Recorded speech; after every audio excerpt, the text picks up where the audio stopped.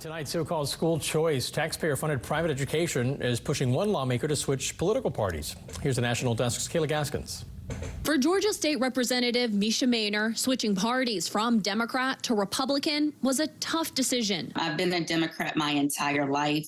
When I made the announcement, no one in my family knew. Maynor says she's butted heads with Democrats for years over issues like funding the police, public safety, and education. In my district, there are schools where 3% of the kids can read. 2% are meeting math proficiency. Particularly her support for school choice. How do you think school choice will improve the education system in Georgia? The charter schools are outperforming the public schools.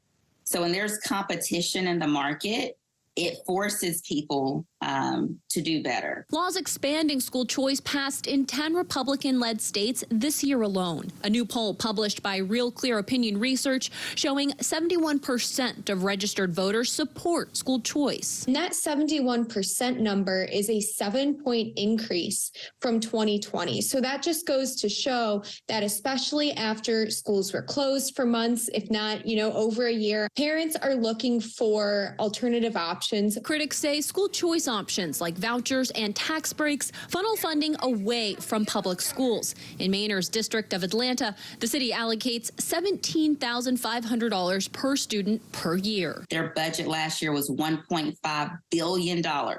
With $1.5 billion, 97% of the students can't read. Maynor says when it comes to education, the Democratic Party is the one that changed. The old Democrat Party, education was the value. That was the way out of the Jim Crow era. And Republican candidates for 2024 making a particular emphasis on education. This is new polling shows more than half of their voter base values education and says that K through 12 education is a big problem. Now, some Republicans in Texas, Kayla, are siding with Democrats on this issue. What can you tell us about that?